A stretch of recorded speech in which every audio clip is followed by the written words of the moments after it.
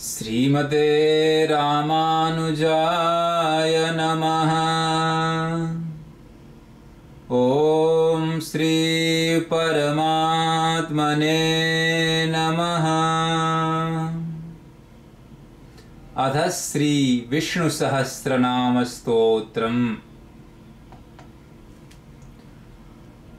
शुक्लां विष्णुं शशिवर्णं चतुर्भुजं प्रसन्नवदनं ध्यायेत् सर्वविघ्नोपशान्तये। यस्य द्विरदवक्त्राद्यः पारिषद्यः परः सतं विघ्नं निघ्नन्ति सततं विश्वक्सेनं तमाश्रये। व्यासं वसिष्ठनप्तारं शक्तेः पौत्रमकल्मषं पराशरात्मजं वन्दे सुकतातं तपोनिधिं। व्यासाय विष्णुरूपाय व्यासरूपाय विष्णवे नमो वै ब्रह्मनिधये वासिष्ठाय नमो नमः। अविकाराय शुद्धाय नित्याय परमात्मने सदैकरूपरूपाय विष्णवे सर्वजिष्णवे। यस्य स्मरणमात्रेण जन्म संसारबन्धनात् विमुच्यते। नमस्तस्मै विष्णवे प्रभविष्णवे। नमः समस्तभूतानामादिभूताय भूभृते अनेकरूपरूपाय विष्णवे प्रभविष्णवे। ॐ नमो विष्णवे प्रभविष्णवे। श्रीवैशम्पायन उवाच श्रुत्वा धर्मानशेषेण पावनानि च सर्वशः युधिष्ठिरः शान्तनवं पुनरेवाभ्यभाषत। युधिष्ठिर उवाच किमेकं दैवतं लोके किं वाप्येकं परायणं स्तुवन्तः कं कमर्चन्तः प्राप्नुयुर्मानवः शुभम्। को धर्मः सर्वधर्माणां भवतः परमो मतः किं जपन्मुच्यते जन्तुर्जन्म संसारबन्धनात्। श्रीभीष्म उवाच जगत्प्रभुं देवदेव मनन्तं पुरुषोत्तमं स्तुवन्नाम सहस्रेण पुरुषः सततोत्थितः। तमेव चार्चयन्नित्यं भक्त्या पुरुषमव्ययं ध्यायन् स्तुवन्नमस्यंश्च यजमानस्तमेव च। अनादिनिधनं विष्णुं सर्वलोकमहेश्वरं लोकाध्यक्षं स्तुवन्नित्यं सर्वदुःखातिगो भवेत्। ब्रह्मण्यं सर्वधर्मज्ञं लोकानां कीर्तिवर्धनं लोकनाथं महद्भूतं सर्वभूतभवोद्भवम्। एष मे सर्वधर्माणां धर्मोऽधिकतमो मतः यद्भक्त्या पुण्डरीकाक्षं स्तवैरर्चेन्नरः सदा परमं यो महत्तेजः परमं यो महत्तपः परमं यो महद्ब्रह्म परमं यः परायणं पवित्राणां पवित्रं यो मङ्गलानां च मङ्गलं दैवतं देवतानां च भूतानां यो व्ययः पिता यतः सर्वाणि भूतानि भवन्त्यादियुगागमे यस्मिंश्च प्रलयं यान्ति पुनरेव युगाक्षये तस्य लोकप्रधानस्य जगन्नाथस्य भूपते विष्णोर्नाम सहस्रं मे शृणु पापभयापहम्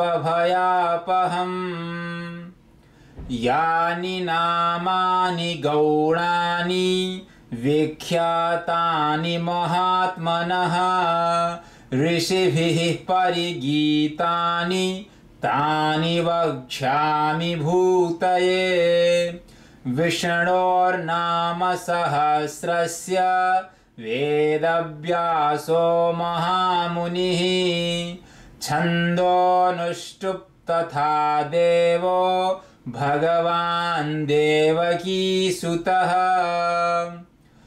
अमृतांसूद्भवो बीजं शक्तिर्देवकीनन्दनः त्रिशामा हृदयं तस्य शान्त्यर्थे विनियुज्यते विष्णुं जिष्णुं महाविष्णुं प्रभविष्णुं महेश्वरम् अनेकरूपदैत्यान्तं नमामि पुरुषोत्तमम् ॐ अस्य श्रीविष्णोर्दिव्यसहस्रनामस्तोत्रमहामन्त्रस्य श्रीवेदव्यासो भगवान् ऋषिः अनुष्टुप् छन्दः श्रीमहाविष्णुः परमात्मा श्रीमन्नारायणो देवता अमृतांसूद्भवो भानुरिति बीजम् देवकीनन्दनः स्रष्टेति शक्तिः उद्भवः क्षोभणो देव इति परमो मन्त्रः शङ्खभृन्नन्दकी चक्रीति कीलकम् सारङ्गधन्वा गदाधर इत्यस्त्रम् रथाङ्गपाणिरक्षोभ्य इति नेत्रम् त्रिशामा सामगः सामेति कवचम् आनन्दं परब्रह्मेति योनिः ऋतुः सुदर्शनः काल इति दिग्बन्धः श्रीविश्वरूप इति ध्यानम् श्रीमहाविष्णुप्रीत्यर्थे श्रीसहस्रनामस्तोत्रजपे विनियोगः अथ करन्यासः ॐ उद्भवाय अङ्गुष्ठाभ्यां नमः ॐ क्षोभणाय तर्जनीभ्यां नमः ॐ देवाय मध्यमाभ्यां नमः ॐ उद्भवाय अनामिकाभ्यां नमः ॐ क्षोभणाय कनिष्ठिकाभ्यां नमः ॐ देवाय करतलकरपृष्ठाभ्यां नमः अथ हृदयादिषडङ्गन्यासः सुब्रतः सुमुखः सूक्ष्मः ज्ञानाय हृदयाय नमः ॐ सहस्रमूर्धा विश्वात्मा ऐश्वर्याय शिरसे स्वाहा ॐ सहस्रार्चिः सप्तजिह्वः शक्त्यै शिखायै वषट् ॐ त्रिशामा सामगः सामेति बलाय कवचाय हुम् ॐ रथाङ्गपाणिरक्षोभ्य इति तेजसे नेत्राभ्यां वौषट् ॐ साङ्गधन्वा गदाधर इति वीर्याय अस्त्राय फट्। ॐ ऋतुः सुदर्शनः कालः भूर्भुवः स्वरोमिति दिग्बन्धः। अथ ध्यानम्। क्षीरोदन्वत प्रदेशे शुचिमणिविलसत् सैकतैर्मौक्तिकानाम् मालाक्लृप्तासनस्थः स्फटिकमणिनिभैर्मौक्तिकैर्मण्डिताङ्गः शुभ्रैरभ्रैरदभ्रैरुपरि विरचितैर्मुक्तपीयूषवर्षैः आनन्दीनः पुनीयादरिनलिनगदा शङ्खपाणिर्मुकुन्दः। भूः पादौ यस्य नाभिर्वियदसुरनिलश्चन्द्रसूर्यौ च नेत्रे कर्णावासाशिरोद्यौर्मुखमपि दहनो यस्य वास्तेयमब्धिः अन्तस्थं यस्य विश्वं सुरनरखगो भोगि गन्धर्वदैत्यैः चित्रं रम्यते तं त्रिभुवनवपुषं विष्णुमीशं नमामि। शान्ताकारं भुजगशयनं पद्मनाभं सुरेशं विश्वाधारं गगनसदृशं मेघवर्णं शुभांगं लक्ष्मीकान्तं कमलनयनं योगिहृद्ध्यानगम्यं वन्दे विष्णुं भवभयहरं सर्वलोकैकनाथम्। मेघश्यामं पीतकौशेयवासं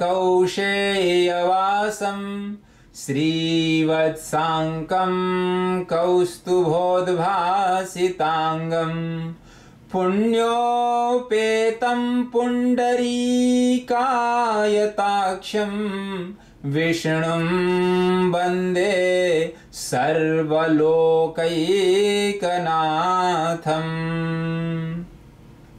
सशङ्खचक्रं सकिरीटकुण्डलं सपीतवस्त्रं सरसीरुहेक्षणं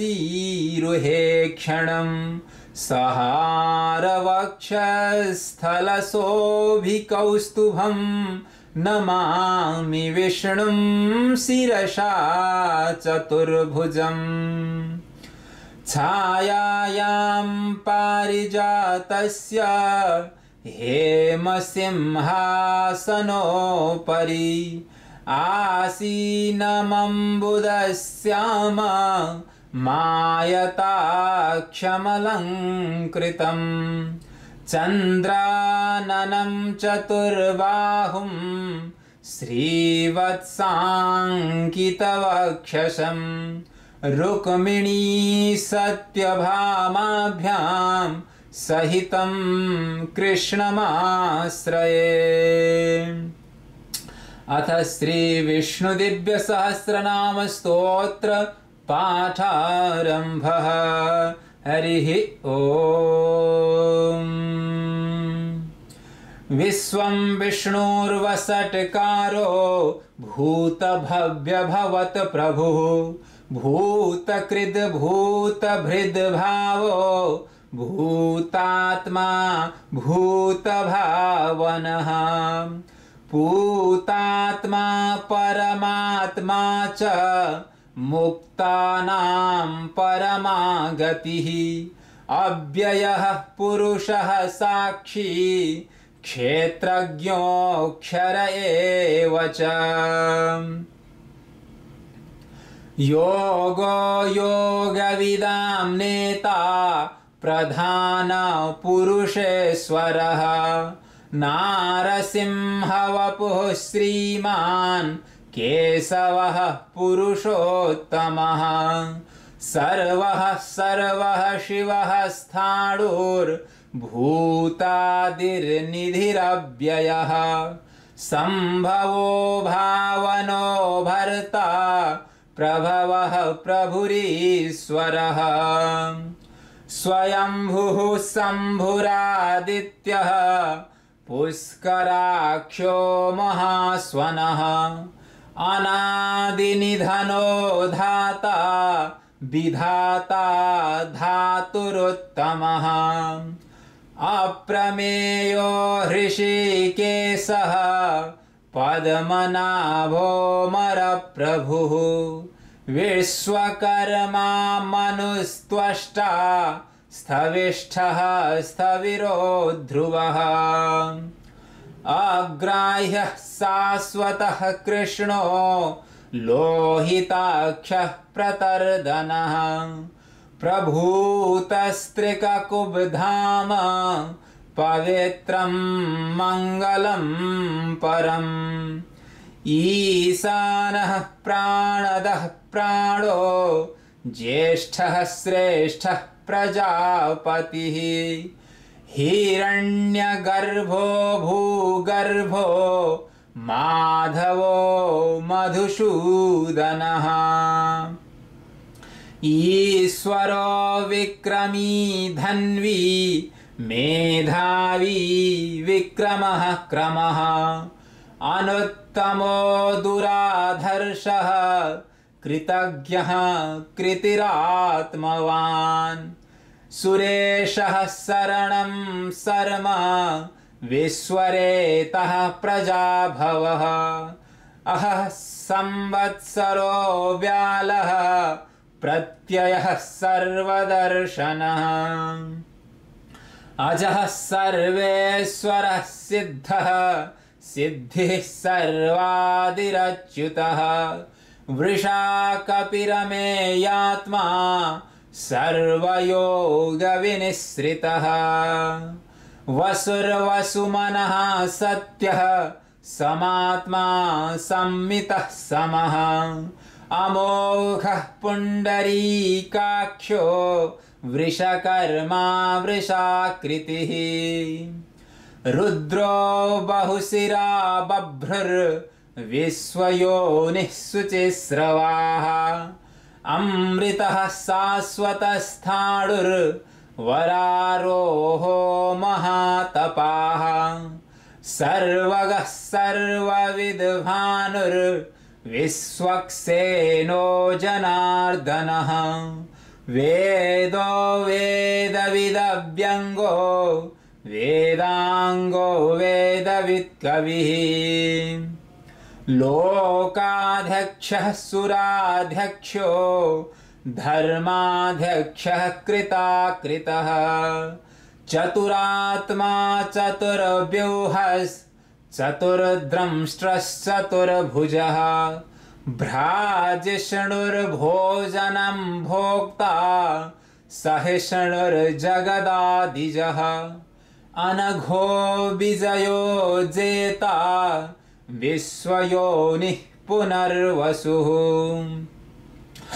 उपेन्द्रो वामनः प्रांशु रमोघः सुचिरोर्जितः अतीन्द्रः संग्रहः सर्गो धृतात्मा नियमो यमः वेद्यो वैद्यः सदा योगी वीरः माधवो मधुः अतीन्द्रियो महामायो महोत्साहो महाबलः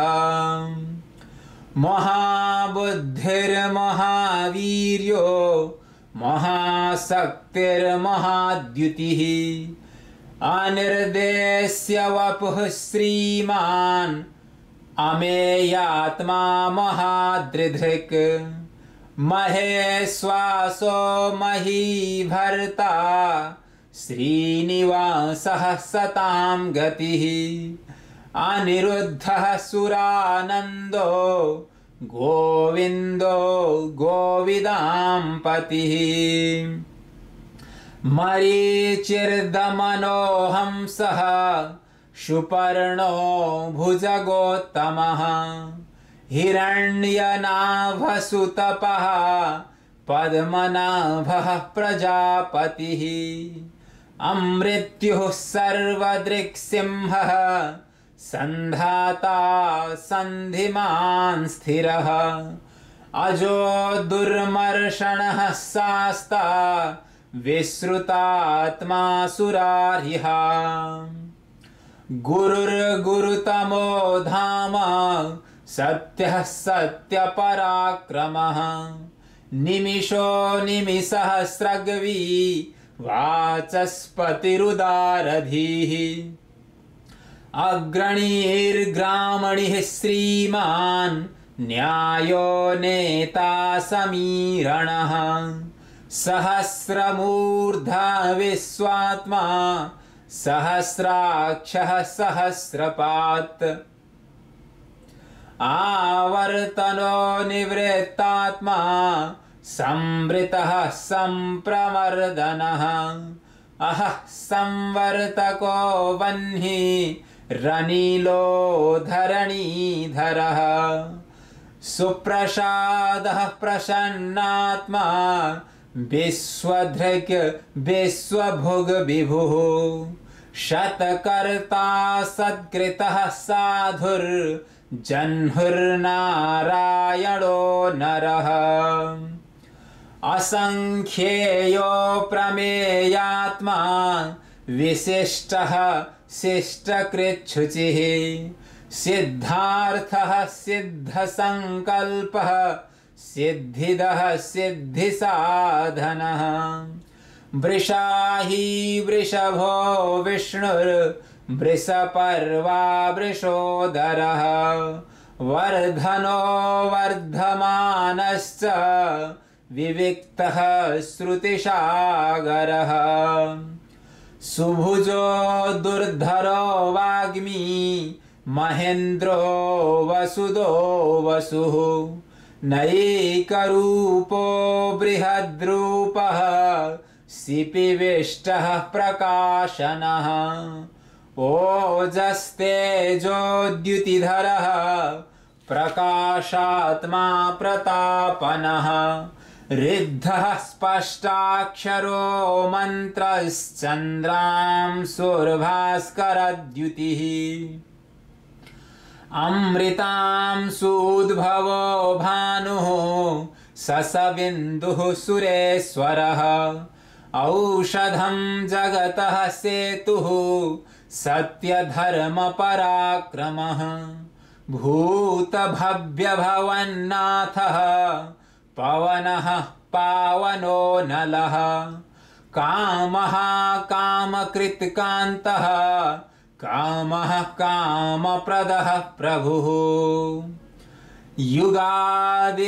युगादिकृद्युगावर्तो नैकमायो महाशनः अदृश्यो व्यक्तरूपश्च सहस्रजिदनन्तजित् इष्टो विशिष्टः शिष्टेष्टः शिखण्डी नहुसो वृषः क्रोधः क्रोधकृतकर्ता विश्वबाहुर्महीधरः अच्युतः प्रथितः प्राणः प्राणदो वासवानुजः अपां निधिरधिष्ठानमप्रमत्तः प्रतिष्ठितः स्कन्दः स्कन्दधरो धूर्यो वरदो वायुवाहनः वासुदेवो बृहद्भानु रादिदेवः पुरन्दरः अशोकस्तारणस्तारः शूरः सौरिर्जनेश्वरः अनुकूलः सतावर्तः पद्मी पद्मनिभेक्षणः पद्मनाभोरविन्दाक्षः पद्मगर्भः शरीरभृत् महर्धिरिद्धो वृद्धात्मा महाक्षो गरुडध्वजः अतुलः सरभो भीमः समयज्ञो हविर्हरिः सर्वलक्षणलक्षण्यो लक्ष्मीवान् समितिञ्जयः विक्षरो रोहितो मार्गो हेतुर्दामोदरः सः महीधरो महाभागो वेगवानमितासनः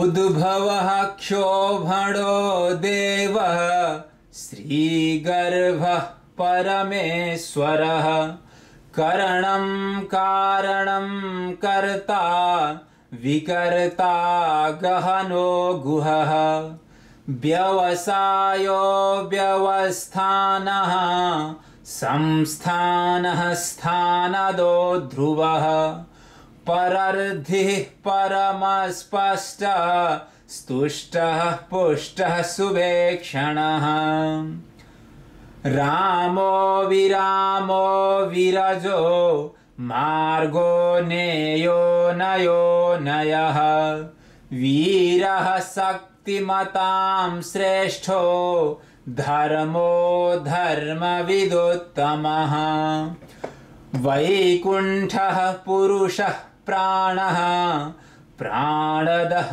प्रणवः पृथुः हिरण्यगर्भः शत्रुघ्नो व्याप्तो वायुरधोक्षजः ऋतुः सुदर्शनः कालः परमेष्ठी परिग्रहः उग्रः संवत्सरो दक्षो विश्रामो विश्वदक्षिणः विस्तारः स्थावरस्थाणुः प्रमाणं बीजमव्ययम् अर्थोऽनर्थो महाकोशो महाभोगो महाधनः अनिर्विण्णः स्थविष्ठो भूर्धर्मयूपो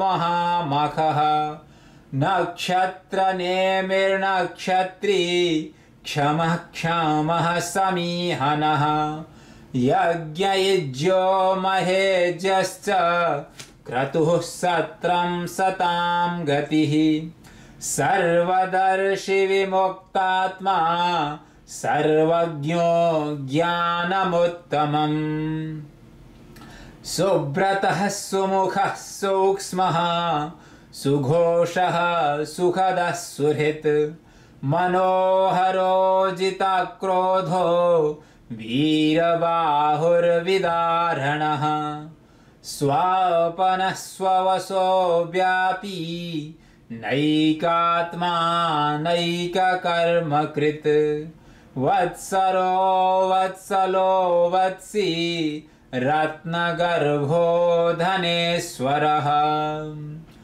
धर्मगुप्धर्मकृद्धर्मी सदसत्क्षरमक्षरम् अविज्ञाता सहस्रांशुर्विधाता कृतलक्षणः गभस्तिनेमिः सत्त्वस्थः सिंहो भूतमहेश्वरः आदिदेवो महादेवो देवेशो देवभृद्गुरुः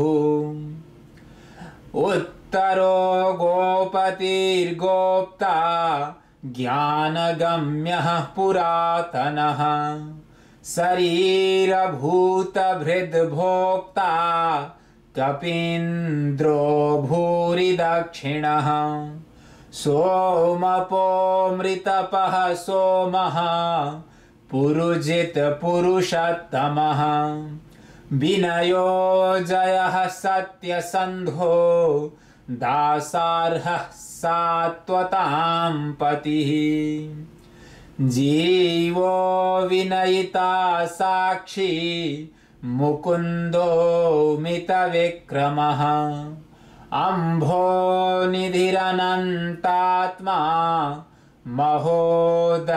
महोदधिशयोऽन्तकः अजो महार्हः स्वाभाव्यो जितामित्रः प्रमोदनः आनन्दो नन्दनो नन्दः सत्यधर्मा त्रिविक्रमः महर्षिः कपिलाचार्यः कृतज्ञो मेदिनीपतिः त्रिपदस्त्रिदशाध्यक्षो महाशृङ्गः कृतान्तकृत् महावराहो गोविन्दः सुसेनः कनकाङ्गदी गुह्यो गभीरो गहनो गुप्तश्चक्रगदाधरः वेदः स्वाङ्गोजितः कृष्णो दृढः सङ्कर्षणोच्युतः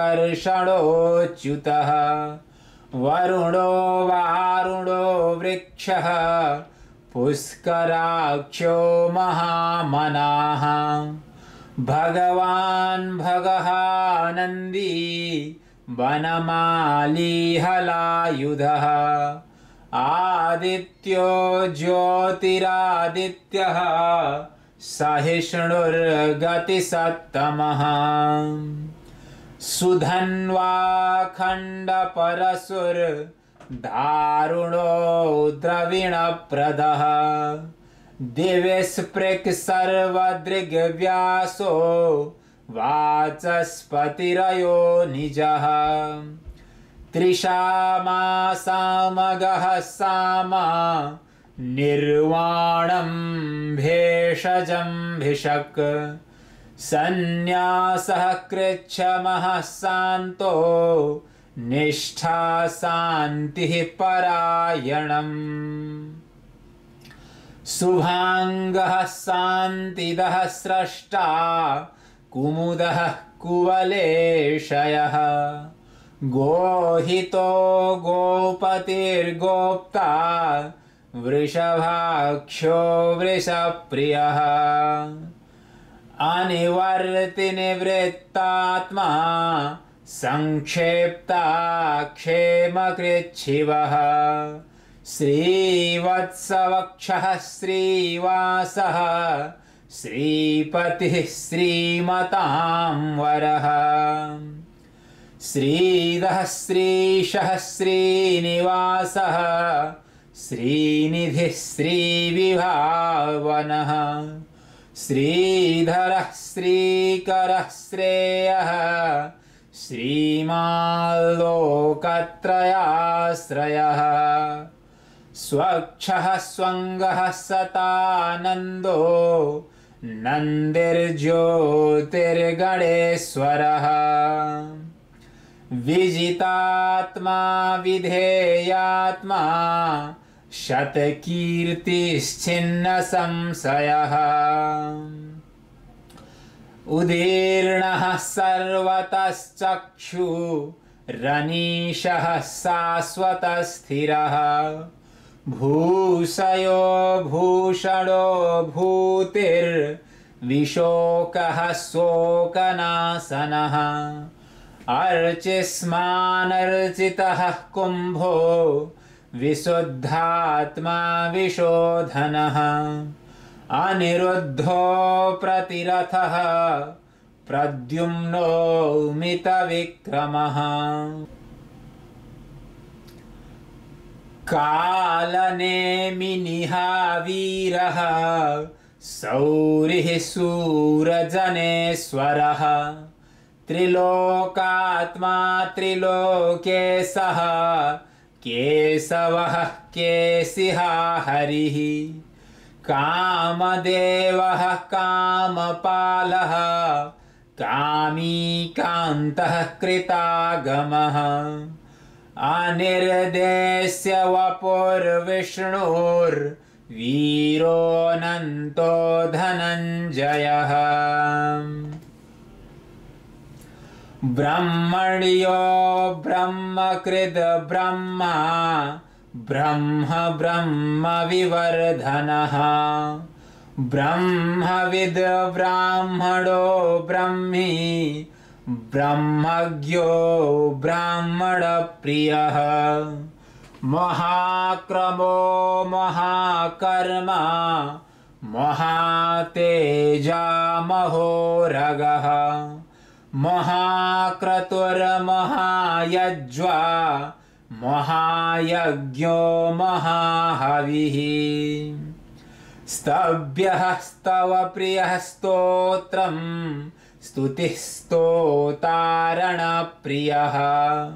पूर्णः पूरयिता पुण्यः पुण्यकीर्तिरनामयः मनोजवस्तीर्थकरो वसुरेता वसुप्रदः वसुप्रदो वासुदेवो वसुर्वसुमनाहविः सद्गतिः सत्कृतिः सत्ता सद्भूतिः सत्परायणः शूरसेनो यदुश्रेष्ठः सन्निवासः सुयामुनः भूतावासो वासुदेवः सर्वासु निलयो नलः दर्पः दर्पदो दृप्तो दुर्धरोऽथा पराजितः विश्वमूर्तिर्महामूर्तिर्दीप्तमूर्तिरमूर्तिमान् अनेकमूर्तिरव्यक्तः शतमूर्तिः शताननः एको नैकः सवः कः किं यत्तत्पदमनुत्तमम् लोकबन्धुर्लोकनाथो माधवो भक्तवत्सलः सुवर्णवर्णो हेमाङ्गो वराङ्गश्चन्दनाङ्गदी वीरः विषमः शून्यो घृतासीरचलश्चलः अमानीमानदो मान्यो लोकस्वामी त्रिलोकधृक् सुमेधा मेधजो धन्यः सत्यमेधाधराधरः तेजो वृषोद्युतिधरः सर्वशस्त्रभृतां वरः प्रग्रहो निग्रहो व्यग्रो नैकशृङ्गो गदाग्रजः चतुर्मूर्तिश्चतुर्बाहुश्चतुर्व्यूहश्चतुर्गतिः चतुरात्मा चतुर्भावश्चतुर्वेदविदेकपात् क्षमावर्तो निवृत्तात्मा दुर्जयो दुरतिक्रमः दुर्लभो दुर्गमो दुर्गो दुरावासो दुरारिहा शुभांगो लोकसारंगः सुतन्तुस्तन्तुवर्धनः इंद्रकर्मा महाकर्मा कृतकर्मा कृतागमः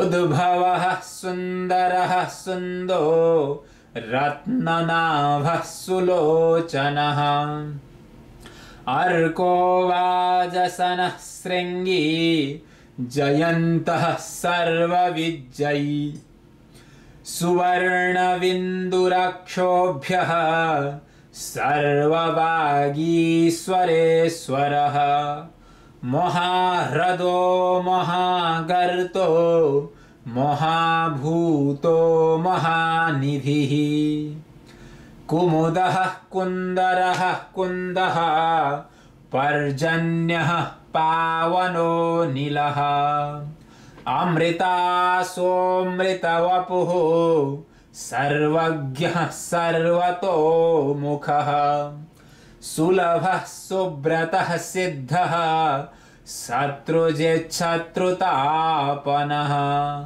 न्यग्रोधोदुम्बरो स्वत्थश्चाडुरान्ध्रनिषूदनः सहस्रार्चिः सप्तजिह्वः सप्तैधः सप्तवाहनः अमूर्तिरनघोचिन्त्यो भयकृद्भयनाशनः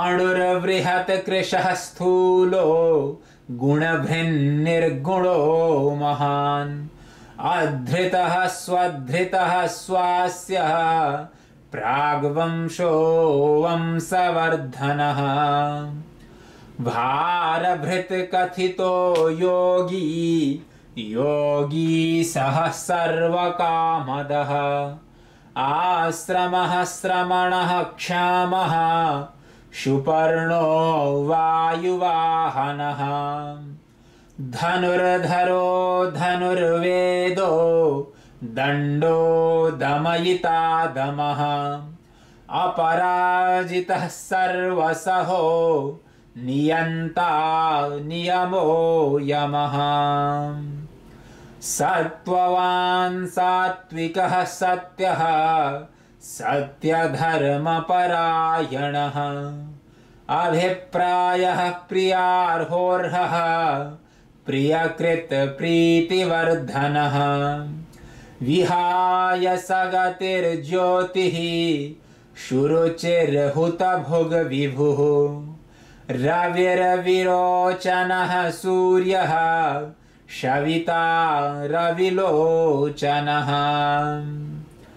अनन्तो हुतभुग्भोक्ता सुखदो नैकजोऽग्रजः अनिर्विण्णः सदा मर्षि लोकाधिष्ठानमद्भुतः शनात् सनातनतमः कपिलः कपिरप्ययः स्वस्तिदः स्वस्तिकृत् स्वस्ति स्वस्तिभुक् स्वस्ति दक्षिणः अरौद्रः कुण्डली चक्री विक्रम्यूर्जितशासनः शब्दातिगः शब्दसः शिशिरः सर्वरीकरः अक्रूरः पेशलो दक्षो दक्षिणः क्षमिणाम्बरः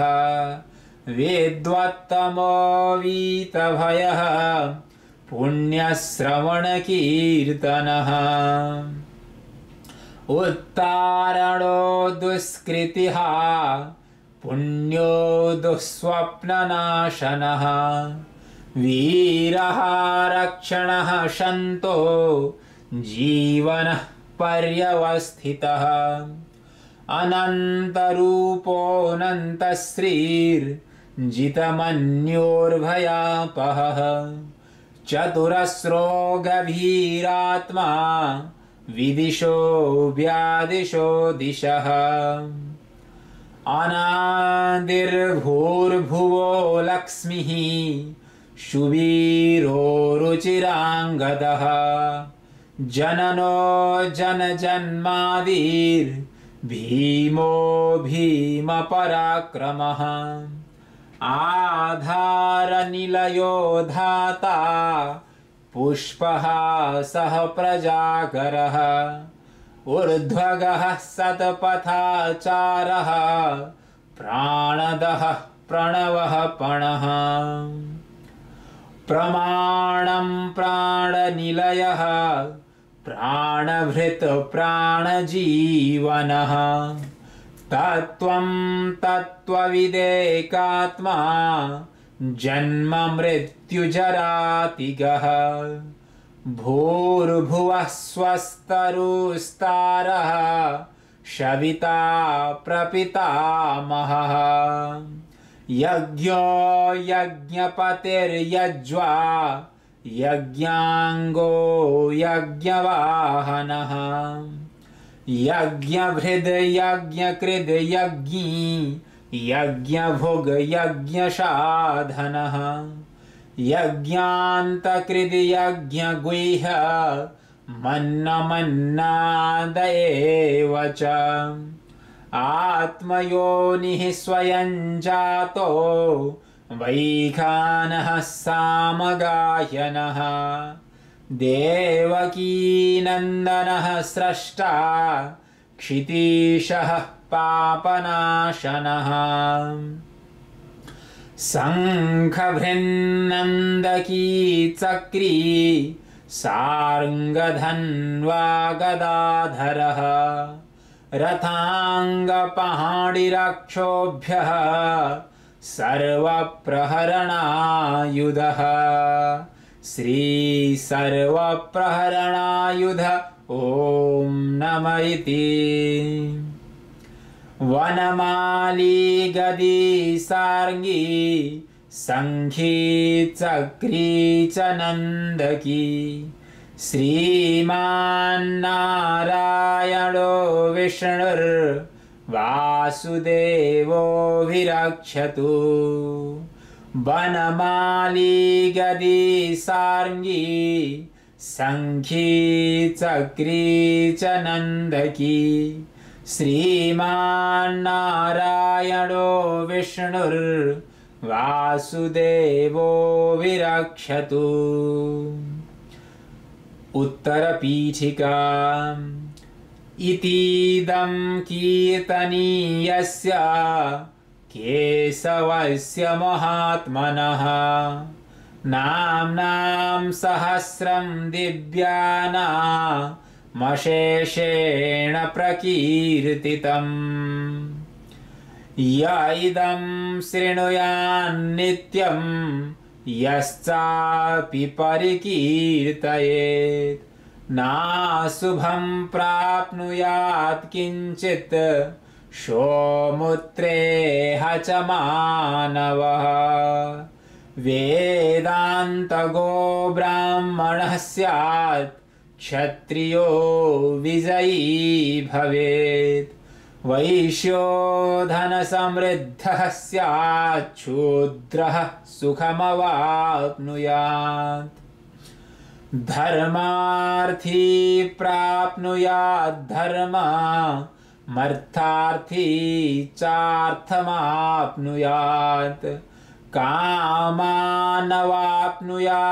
कामी प्रजार्थी प्राप्नुयात् प्रजाम् भक्तिमान्यः सदोत्थाय शुचिस्तद्गतमानसः सहस्रं वासुदेवस्य नाम्नामेतत् प्रकीर्तयेत् यशः प्राप्नोति विपुलं ज्ञातिप्राधान्यमेव च अचलां श्रियमाप्नोति श्रेयः प्राप्नोत्यनुत्तमम् न भयं क्वचिदाप्नोति वीर्यं तेजश्च विन्दति भवत्यरोगो द्युतिमान् बलरूपगुणान्वितः रोगार्तो मुच्यते रोगाद् बद्धो मुच्येत बन्धनात् भयान्मुच्येत भीतस्तु मुच्येतापन्न आपदः दुर्गाण्यतितरत्यासु पुरुषः पुरुषोत्तमम् स्तुवन्नाम सहस्रेण नित्यं भक्तिसमन्वितः वासुदेवाश्रयो मर्त्यो वासुदेवपरायणः सर्वपापविशुद्धात्मा याति ब्रह्म सनातनम् न वासुदेव भक्तानामशुभं विद्यते क्वचित् जन्म मृत्युजरा व्याधि भयं नैवोपजायते। इमं स्तवमधीयानः श्रद्धा भक्तिशमन्वितः युज्येतात्मा सुखक्षान्ति श्रीधृतिस्मृतिकीर्तिभिः।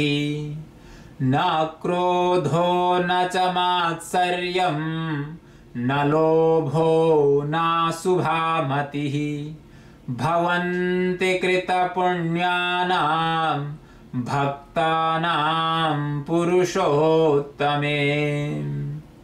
द्यहुः स चन्द्रार्कनक्षत्रा खं दिशो भूर्महो दधिः वासुदेवस्य वीर्येण विधृतानि महात्मनः।